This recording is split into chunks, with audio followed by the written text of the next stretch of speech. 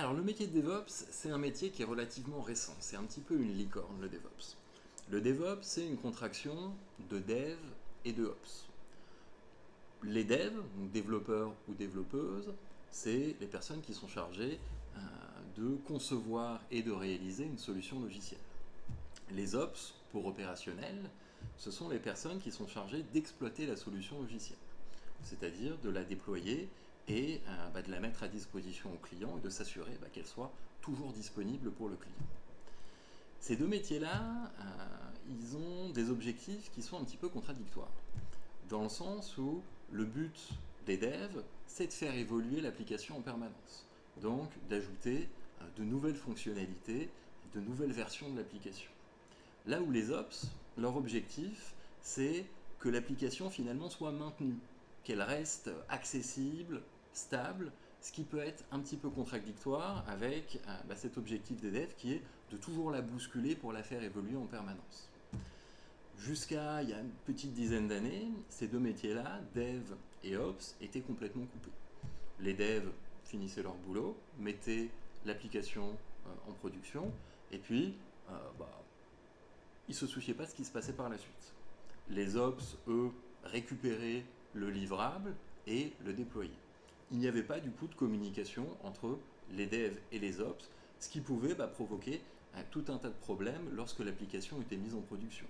Par exemple, je ne sais pas, les devs rajoutent une fonctionnalité qui nécessite à ce que tel autre logiciel tiers soit installé dans l'environnement de production. Si cette information-là n'est pas transmise aux ops, les ops déploient la nouvelle version de l'application, se rendent compte qu'elle est cassée, qu'elle ne marche pas. Suite à de trop nombreux problèmes de ce genre-là, le métier de DevOps est apparu. Donc le but du DevOps, c'est de faire le lien finalement entre le dev et l'ops. Comment est-ce que ça se passe? De façon concrète, le but du DevOps, c'est de mettre à disposition un outillage automatisé qui va faciliter ce processus de développement et de mise en production. Pour schématiser ça de façon simple, on pourrait dire qu'on a d'un côté un environnement qui est l'environnement des devs, de l'autre on a l'environnement de production, celui du client. Le but du DevOps, c'est de mettre en place une sorte de tuyau qu'on va appeler un pipeline entre les deux environnements. Dans le premier environnement, les devs vont écrire leur code, leur contribution, et puis pousser finalement dans le tuyau leur nouvelle fonctionnalité. Cette nouvelle fonctionnalité, elle va passer dans le tuyau et franchir différentes étapes.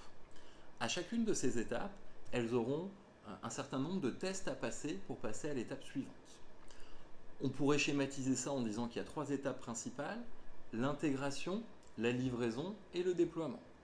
L'intégration, ça va vérifier que la nouvelle fonctionnalité s'intègre bien au reste du logiciel.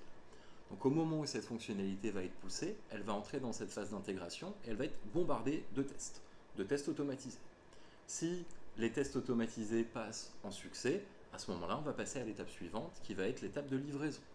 Le but de l'étape de livraison, ça va être de recréer finalement une nouvelle version de l'application qui intègre la nouvelle fonctionnalité. Donc de déposer des fichiers binaires en fonction de la technologie dans des endroits, ils vont pouvoir être récupérés par le client.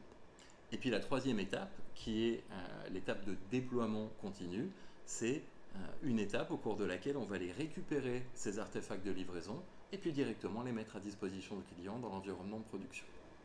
Donc vous voyez là où, avant le DevOps, on devait finalement développer puis remettre en main propre aux ops en s'en lavant les mains le livrable, et c'était à l'ops de manuellement le déployer. Là, avec un dispositif DevOps, dès qu'une nouvelle fonctionnalité est mise en place, elle peut être immédiatement livrée au client si elle passe toutes ces petites étapes de test. Et donc le but du DevOps, c'est de créer ce tuyau-là et donc d'interagir finalement avec l'intégralité des parties prenantes de la fabrication d'un produit logiciel.